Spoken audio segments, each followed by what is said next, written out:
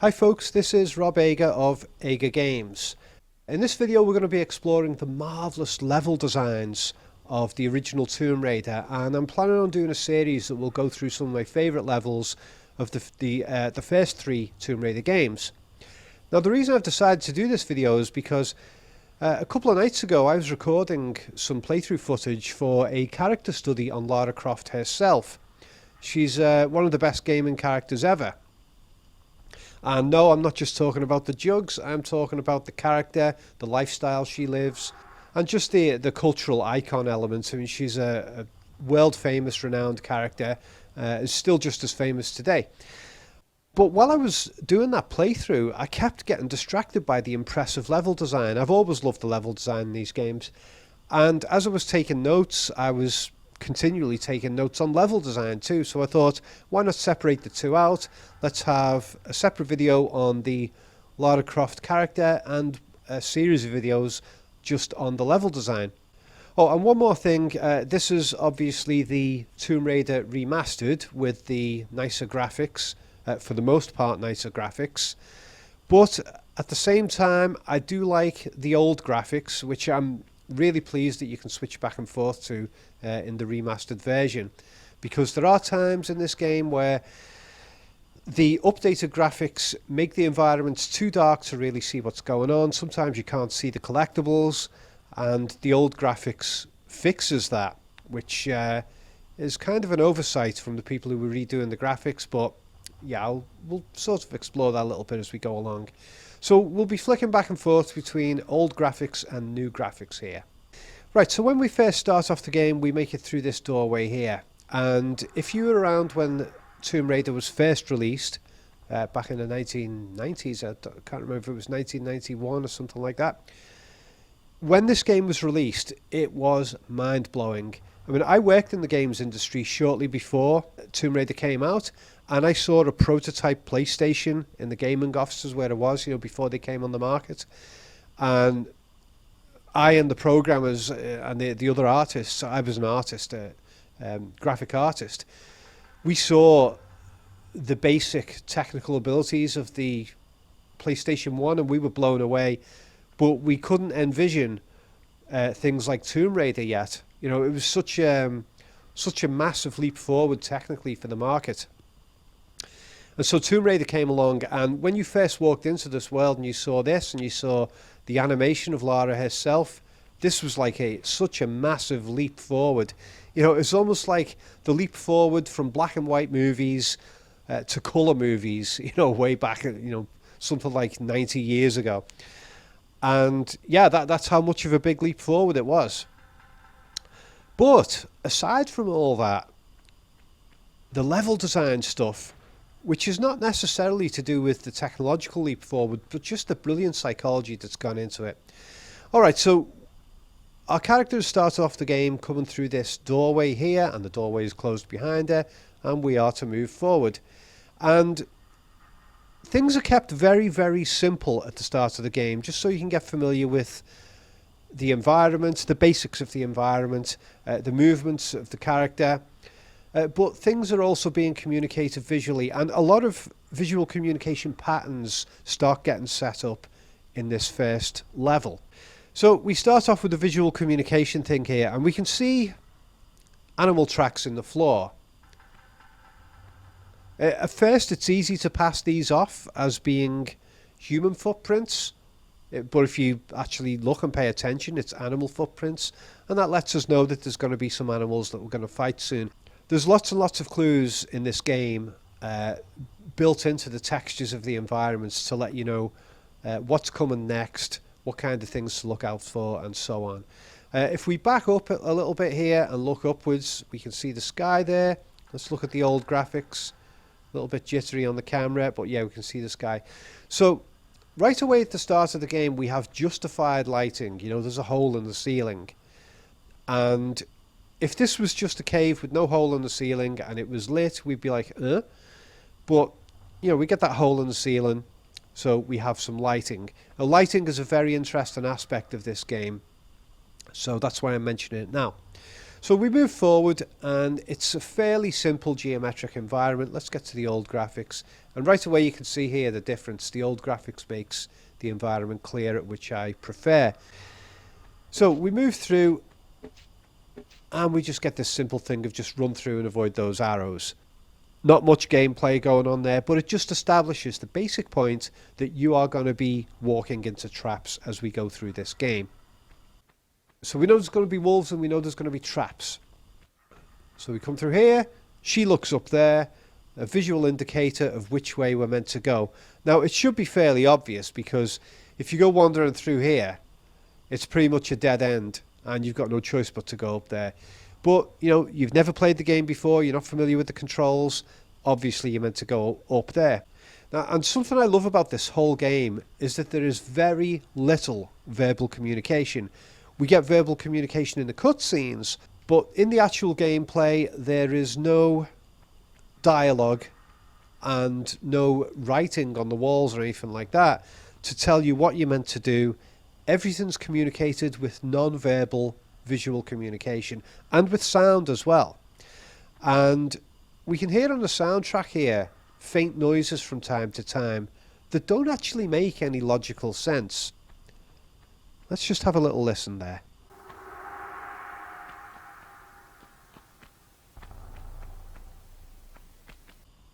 I mean, we can hear Lara Croft's feet, but just occasionally these very distant noises, and we haven't got a clue what they are.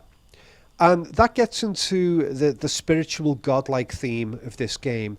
The whole game has got a meditative, spiritual element to it. So that's the first sort of clue of that. Before we go up through into here, which is where we're meant to go to continue with the level, we have the first secret of the game, and it's not a difficult one to find. If you come over here, you can see that there's a hole in the wall there, and we think, well, why the hell is there a hole? Am I supposed to get in there?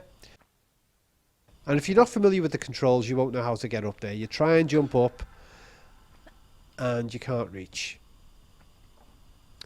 And then you see this thing here, you climb up, and you just fall off, and you're like, oh, okay, what do I do about this? And the game gives you two options of how to get across. You can either do this if you're familiar with the controls, or the other alternative, you come around this side, grab, pull up, slide and jump, and then grab again and pull up. So we've had the first secret area, and it's given us two basic options via this chunk of rock here of how to get up there. And you know, the player gets to experiment a little bit with the controls to try and get up there. So it's a nice way of getting the player to learn some basic controls. And it introduces the idea that there are secrets in the game. And exploration, of course, is a major important. Having lots of areas that you can explore, learning your way around, learning to navigate, finding little secret passages and stuff. Because there's an element of the human condition which is very much tied to primal survival, and that is that we need to have very strong physical, spatial awareness of the world in order to survive in the wilderness. You know, we did before today's world. You know, back when people lived in caves and stuff like that, you know, you had to have a very strong awareness of the spatial environment. You had to be able to pick the right place to have a home. You had to be able to find your way around and stuff like that. So navigation in a geographical environment is an extremely important part of the human psyche. And Tomb Raider taps into that. Now I think there's some bats that attack here. So again, we're keeping it all simple. Nice basic graphics, not too hard to find your way around. Again, too dark with the new graphics here. So I'll stick with the old ones.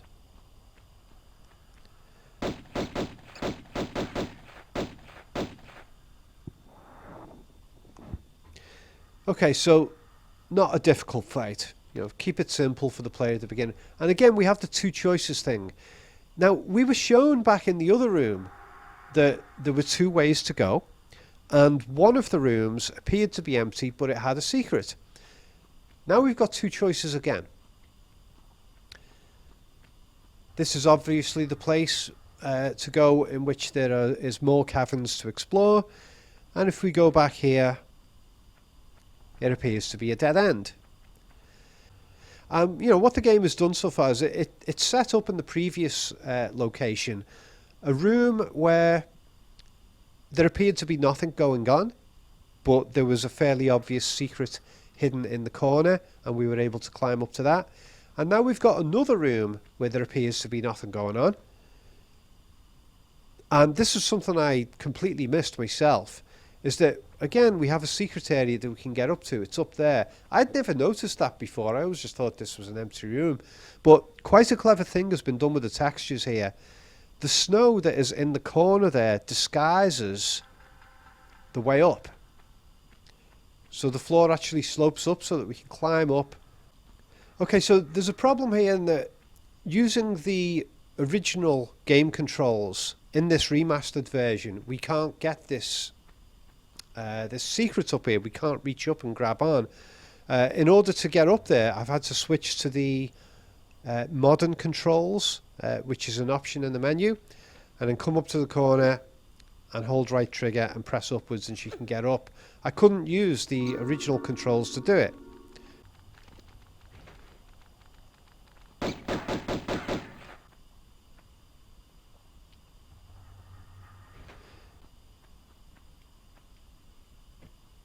The game frequently does this. It shows us one type of environmental feature in an obvious way, so that when it's coming up pretty soon later on in the level, or in a much later level, that same environmental feature is there but less obvious. But because you've seen the obvious version, it bridges you into it. But I do like the clever little trick of hiding the elevated floor element there with the snow texture in the corner. That's quite good.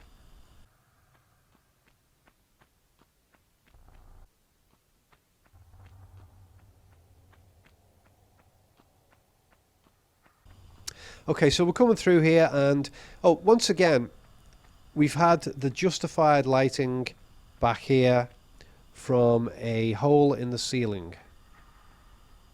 Let's just double check that.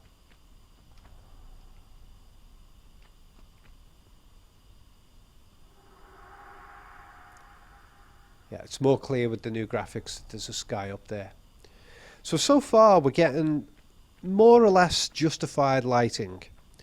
But with the old graphics, a feature that we get is that any areas that have snow or ice seem to have an ambient light to them. Of course, in real life, snow doesn't generate light. But in this game, it very subtly does. And that gives an excuse to have areas lit that would otherwise be completely dark. Right, so just coming back here a minute. So far we've just had caves and a bit of ice. We've had secrets introduced, and the basic idea that we're supposed to navigate our way to the secrets. We're supposed to notice where the secrets might be and navigate to them. And so now we start seeing these little areas of bricks in the floors and the walls, indicating that we're coming up to an unnatural structure, a tomb. So down we go, and again, look at this, way too dark in the new graphics.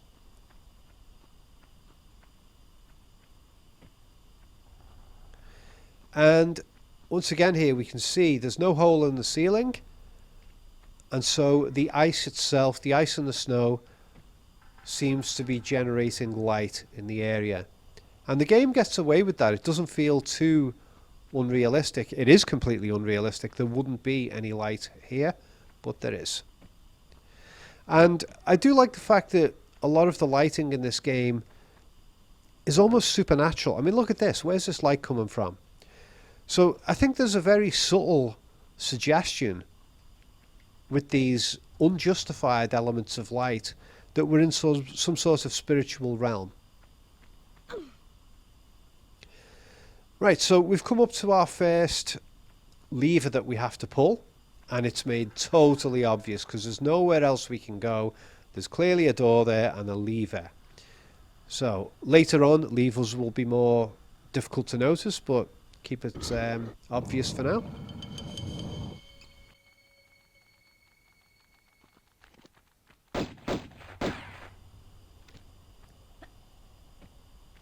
And a very simple bat fight. And then we get an example of something the game frequently does, where we can see an area that we're supposed to get to at some point, or we might be able to get to, but we can't get there yet.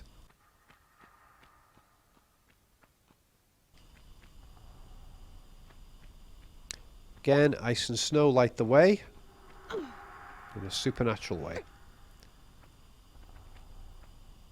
Only one way to go.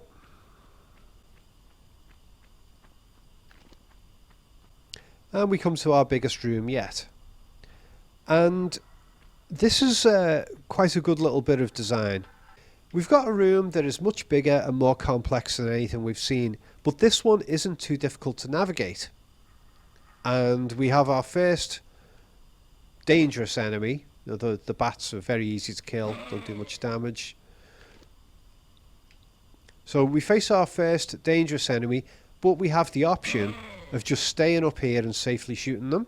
And then we may have to walk around to do it. Oh, fell down.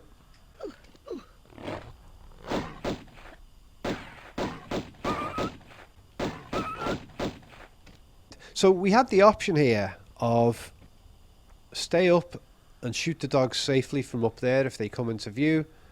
What I was attempting to do was to just walk around this way, walk on the bridge and shoot them from there, but I fell down.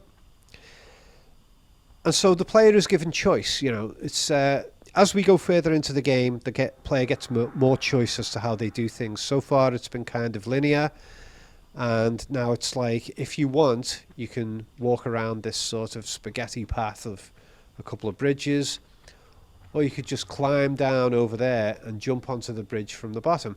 So the player has an opportunity here to look around in case there might be more secrets. You know, you can look in here. Is there any secrets I can find there? No. The player gets to do a little bit of exploring in this room. And as far as I know, there aren't any secrets in this room, but it's a chance to explore anyway. And there's various ways that you can get back up. You can climb up over there. I think you can climb up over there as well. Or, if you position yourself right, you can do that. So, we've been introduced to the idea of a more complex room, more complex geography, the idea of multiple paths to get through, and the basics of fighting a more dangerous enemy. But it's all done in a very simple, easy to manage way. You know, that's kind of standard with games. You want to have things simple early on just to get people used to things. Bit of visual variety now with the foliage, and in the updated graphics they've provided a certain amount of justification for the foliage. You know, you've got light coming through so the plants can get light, but at the same time these plants wouldn't be able to grow here in this freezing cold snowy environment. So again, we've got like a supernatural thing where it's like, how can these plants grow in such a cold environment? And how could a bear survive down there? You know, why would a bear be locked in there? How could it survive? There's no way out. So there's a supernatural element to the animals. Why would they be stuck in here? How could they survive? What would they eat? What would they hunt? Now you may think, oh, I'm reading too much into it, but there is definitely a strong spiritual element to this game. The bear is a much more dangerous opponent, and again we have the option of whether we jump down or whether we just stand up and attack it safely, which allows us to learn the basic shooting controls.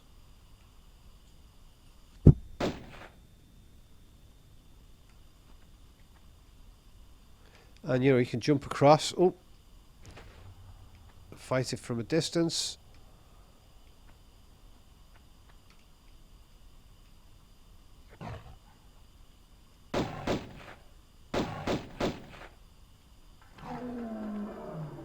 Sounds like it died. Okay, so let's just jump down. Oh, a little bit of damage taken, but not enough to kill. Let's go back to the old school graphics.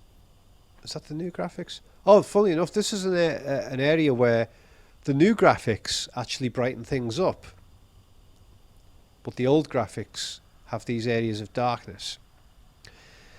And yeah, I prefer the new graphics for this part, and you know, the foliage looks nicer obviously. But with the old graphics, we've got an example here of this funny thing where you'll have a room that is mostly fairly well lit, and because of the amount of lighting that's going on in here, you shouldn't really get these intensely dark corners. You know, the light would be bouncing around from the other walls to illuminate these corners, but it's almost like these corners have been painted black. And I think the lighting throughout these levels, in the original version at least, it's what we call baked lighting, where the lighting is built into the textures as far as I can tell. It's not being generated real time. The new graphics, I don't know if it's baked lighting, but the Lara character herself has a shadow that tends to actually react to light. Yeah, you can see her shadow's getting a little bit longer there based upon some other light source. Yeah, shadow going to the left there, but if we run over here, it's the middle, shadow is down below. But in the old graphics, the shadow was just a blob that is always directly underneath Lara. That's just not really a level design issue, but anyway. So we fell down here, and it's like, oh, how the hell do we get back up? There's only one way out. We go through here. Oh. Attack.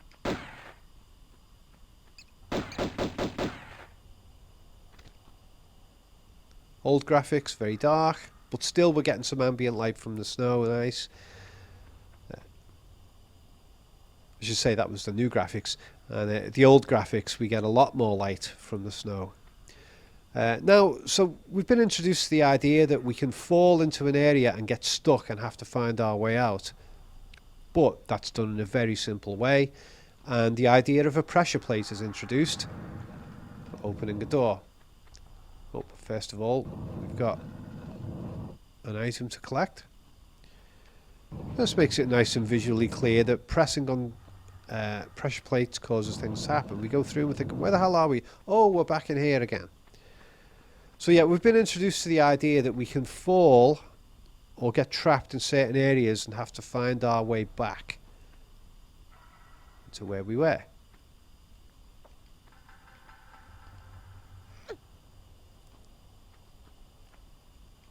Now you may be thinking so far, hang on Rob, the stuff that you're pointing out is extremely simple and basic, and yeah, that's what it's meant to be early on in the game.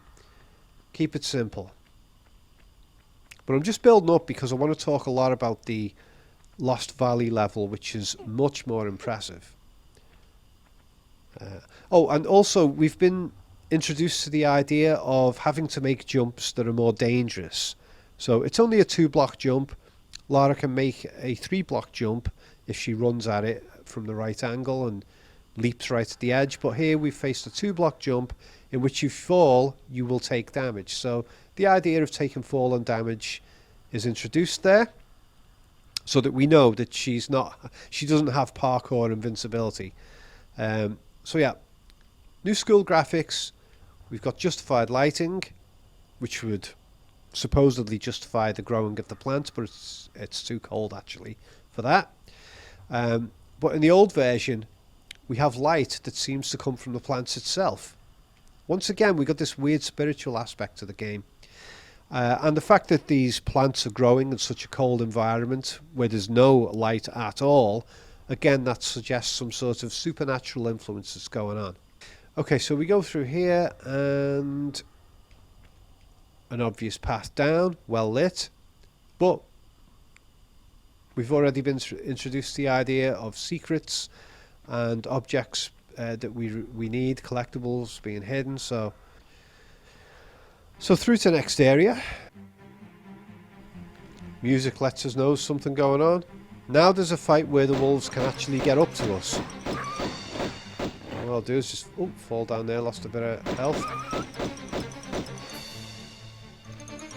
So yeah, we had a wolf fight before that we were able to avoid, and this was one that we couldn't really avoid. They could get to us.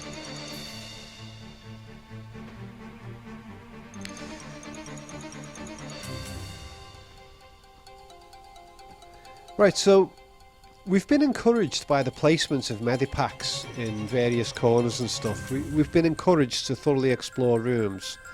If you don't explore the rooms thoroughly, you won't find all of the little items you need. Let's just compare old graphics, new graphics. Again, a hole in the ceiling was placed with the sky to justify the light, but the old version has supernatural light. And we can see there's a secret there that we can't quite reach, so we're going to have to climb up there and get to it. And we're also being introduced here to the idea that there can be secrets that are hidden by foliage or other items that disguise the way. Environmental items. So in we go. As far as I know, that's all 3 secrets for this level. And just to mention here, a god's face built into the wall. And it is self-lit, you know, like a supernatural light. Switch to the new graphics. This actually looks quite nice in the new graphics, with the self-lighting being more obvious. And it looks kind of demonic. And it's like a warning to us, hey, we're watching you. Look out.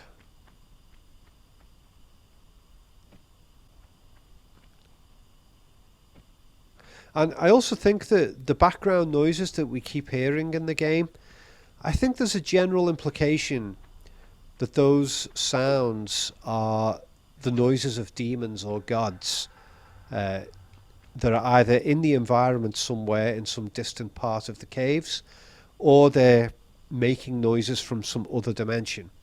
I mean, we've clearly got unrealistic lighting, supernatural lighting going on. So there's definitely lots of spiritual, supernatural implications going on with the environments. So we did have a lever before, now we've been introduced to another one. This one we had to go searching for. That door was locked, we couldn't get through. We have to search the environment and find this lever. Not difficult to find. But the previous lever was incredibly obvious. This one's made a little tiny bit more difficult, but still not difficult at all. And the door opens, and the camera pulls away to let us know that that door opens. Now later on there will be levers that get pressed where we don't know what they do, but for now we've been introduced to the idea that pulling a lever in one area can do something in another area that is either possibly in a different room or at least is not visible to our camera position.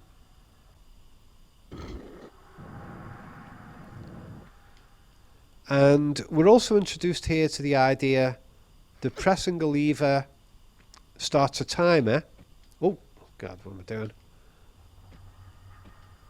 Starts a timer to be able to get through to the door. So we have to press the lever and then hurry up and get across, otherwise the door will close. Just gentle introduction to the concept.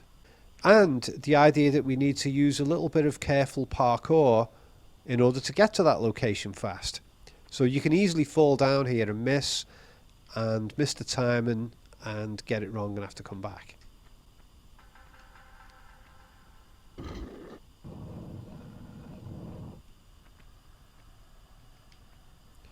So I'll just do this. Oh, right up there.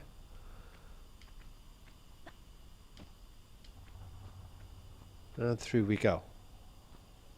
And the timing wasn't difficult on that one. If you're familiar with the controls, you can easily get through there. And the timings will be more difficult later on. And we've actually got, it's not easy to notice with the pixelation, but those are actually faces in the door. And they seem to have large rings for the ears. And I think that's kind of like a spinal column beneath the face, you know, kind of like a snake. And snakes will become important symbols later. Again, too dark with the new graphics. Like, you can't see the skulls on the side here. So skulls, death, spiritual realm, maybe even hell. So we made it through and we go forward and it's the end of the level, I think. Oh, no, it's not.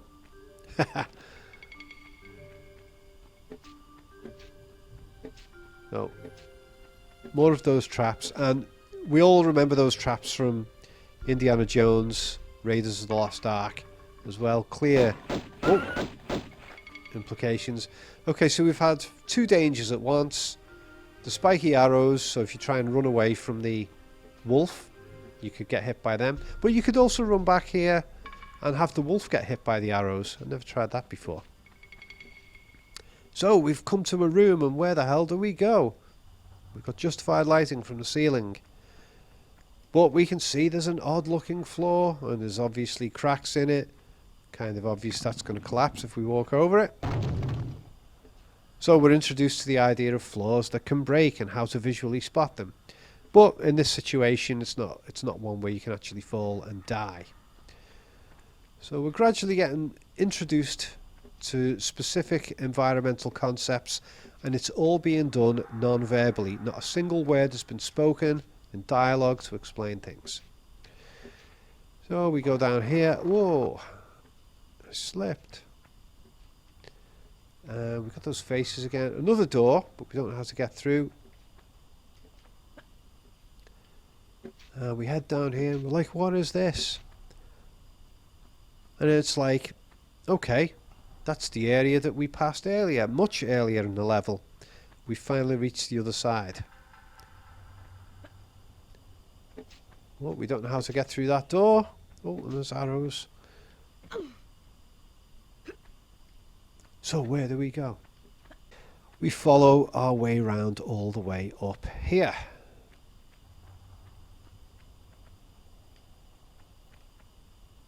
Now, we were introduced earlier to a 2-block distance jump. This time it's a bit higher, so if you fell you could do a bit more damage.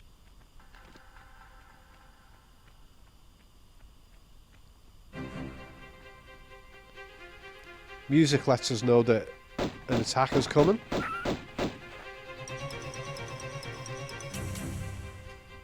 And later on there'll be moments where we get attacked by animals and the music doesn't indicate to us that an attacker's going to come. But that was an instance there where the music tells us an attacker's about to come, so we have time to pull the guns out. But we won't always get those warnings later.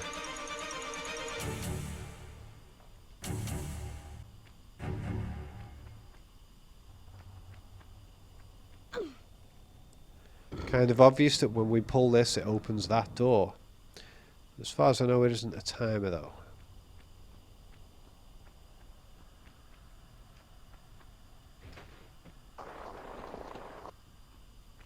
That's the end. Okay, so through we go. I think we got all secrets.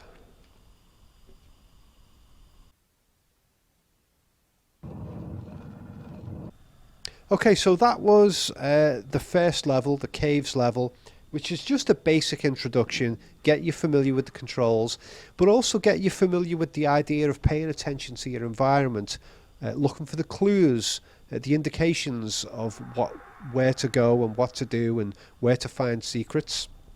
A very basic introductory level. And I know that a lot of the stuff I've pointed out in that first caves arena will be very obvious, and you'll be thinking, well, I'm not really learning anything special about the game here. But as we go through, we're going to be getting more interesting stuff. Okay, so I'm just going to stop it there and then come back and do the second arena in a short while.